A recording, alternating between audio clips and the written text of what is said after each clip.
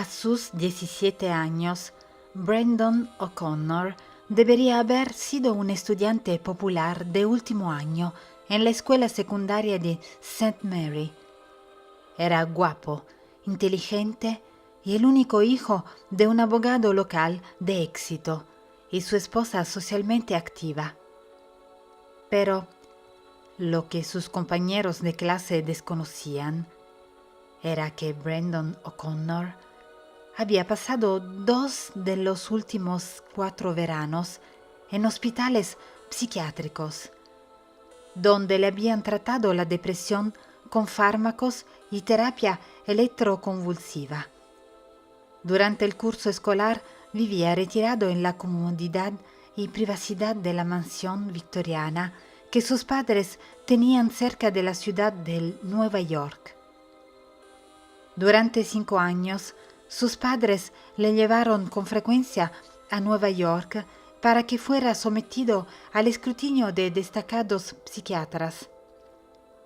Dado que ninguno de ellos encontró motivos psicológicos que explicarían la depresión, se asumió que los problemas de Brandon eran químicos.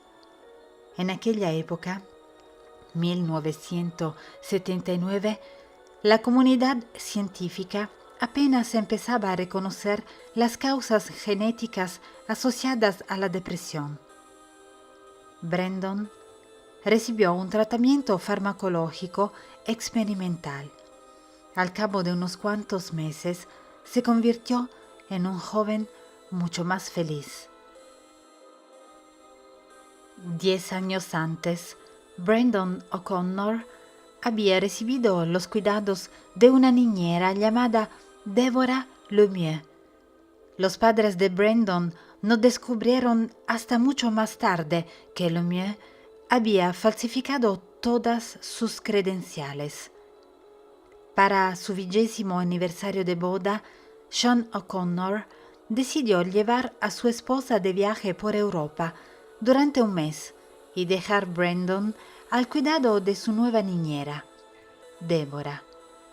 Si tenía algún problema o pregunta, podía recurrir a los otros miembros del personal de la mansión, una sirvienta, un mayordomo y un empleado.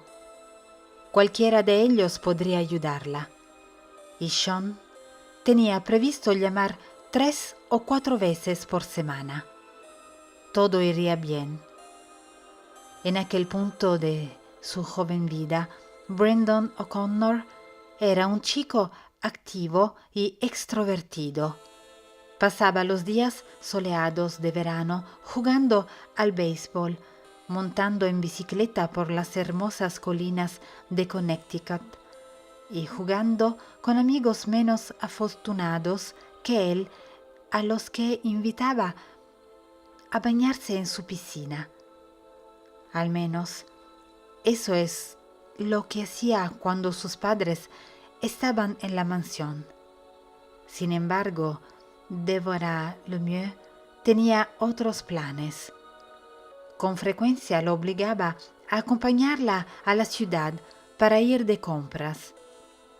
Por las tardes, también lo arrastraba hasta un centro comercial cercano para ver alguna película que a ella le interesaba. Y por las noches, después de la cena y de que el personal se hubiera retirado a descansar, le hacía irse temprano a la cama, donde le leía pasajes de un libro muy peculiar, uno que trataba fundamentalmente de demonios, diablos y de una fuerza de la oscuridad llamada Lucifer. Pero eso no era lo único que hacía Deborah. Mientras leía, cogía la mano del joven y se la llevaba a los pechos, o la llevaba aún más abajo para que los dedos de Brandon notaran el calor de sus muslos, o le cogía los dedos y se acariciaba suavemente con ellos la mejilla. Deborah era una joven muy guapa, de pelo moreno y bien proporcionada, y al principio Brandon se había sentido atraído por ella. No obstante, menos de una semana después de que sus padres hubieran marchado, Brandon se sentía amenazado por la actitud tan intensa de la joven. Una noche lluviosa oyó cómo se abría la puerta de su dormitorio con un leve crujido. Empezó a incorporarse en la cama, pero entonces vio a Débora en el umbral de la puerta. Estaba desnuda y llevaba una vela en una mano y una pintura de Lucifer, realizando infames actos sexuales con varias personas en la otra. Creyendo que Brandon dormía, Débora se acercó hasta el borde de la cama y, sosteniendo la vela sobre la cabeza del chico, pronunció las siguientes palabras como si se tratase de una oración. Oh todopoderoso Satanás, consagro a tu voluntad la vida de este joven. Brandon mantuvo los ojos cerrados con fuerza por dos razones. En primer lugar, no estaba seguro de si debía mirar a una mujer desnuda. Y segundo, sabía que si Débora veía que estaba despierto, su vida correría peligro. La temperatura bajó repentinamente y un hedor fétido y nauseabundo se extendió por la habitación, mientras Débora, de pie junto a su cama, hablaba en una lengua que no entendía. Toma este niño, Satanás, conviértelo en tu hijo. A aquellas alturas, Brandon estaba aterrorizado tanto de Débora como de su extraño comportamiento. Permaneció inmóvil. Entonces, Débora se marchó. La habitación volvió a quedar sumida en la oscuridad. La luz de la luna se filtraba por la ventana y una brisa suave y cálida hacía revolotear la fina cortina. Era como si Débora nunca hubiera estado allí.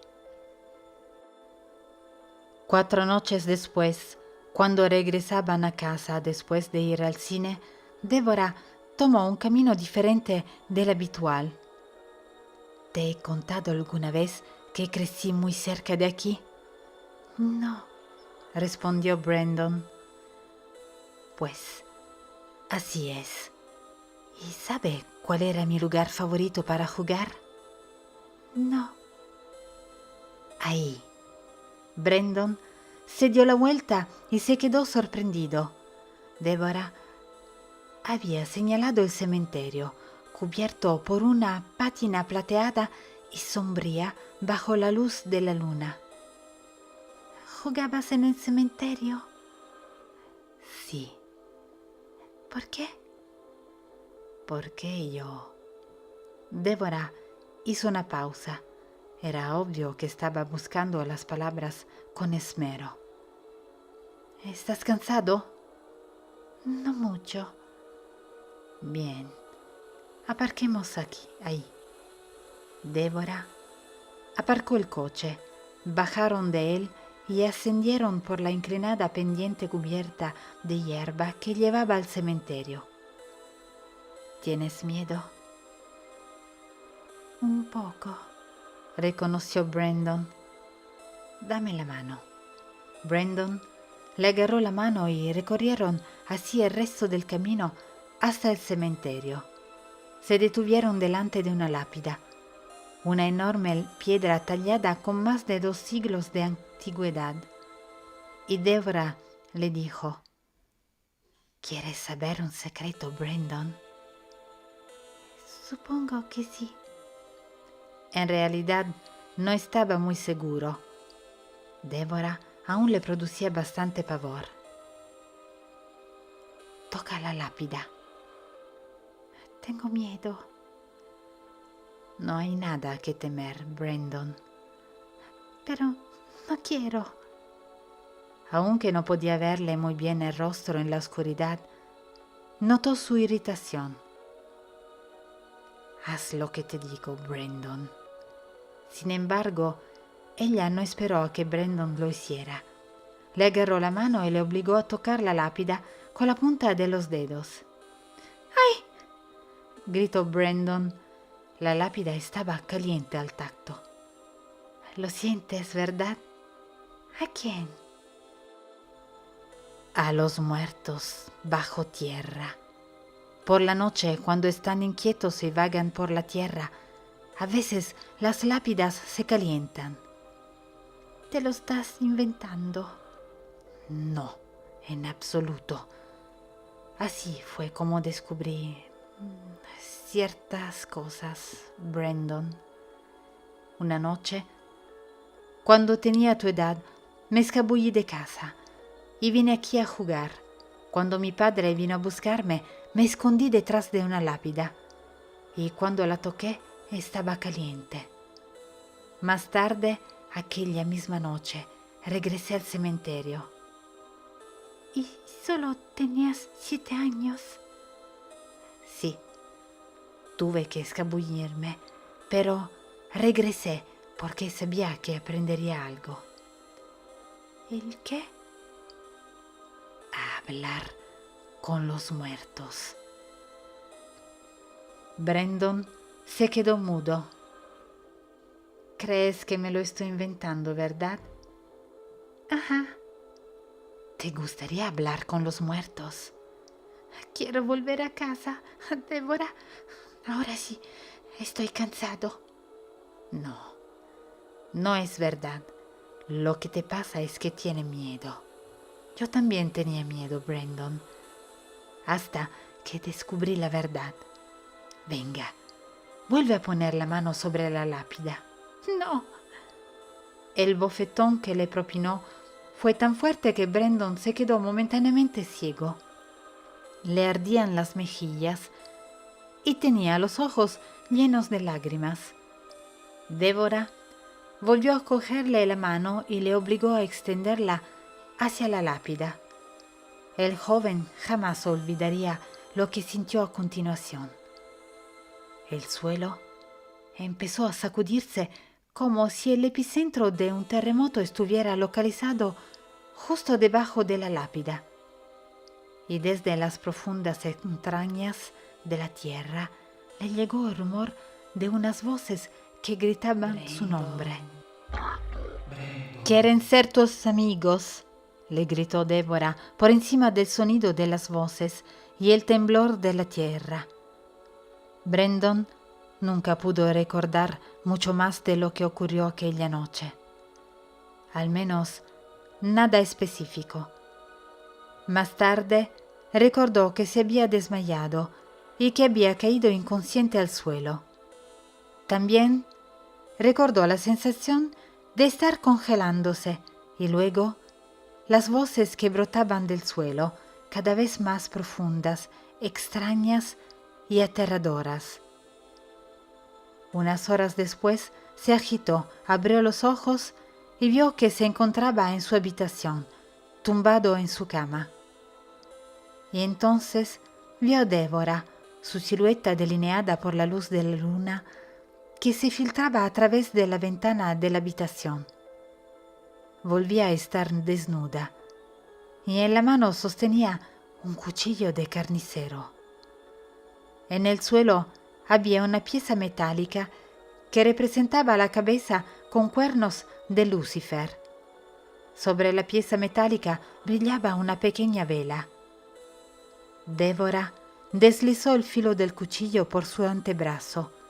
Dejó escapar un gemido, pero uno de placer, no de dolor, y luego se llevó el antebrazo hasta sus pechos desnudos y se frotó la herida abierta contra ellos, alimentándolos con su propia sangre. Entonces se inclinó y dejó caer varias gotas de sangre sobre la llama de la vela.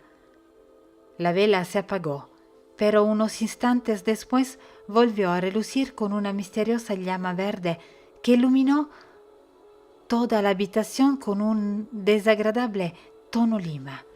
Brandon se preguntó si estaba soñando, pero entonces vio cómo Débora empezaba a bailar lentamente alrededor de la vela al son de algún tipo de música primitiva que solo ella podía oír.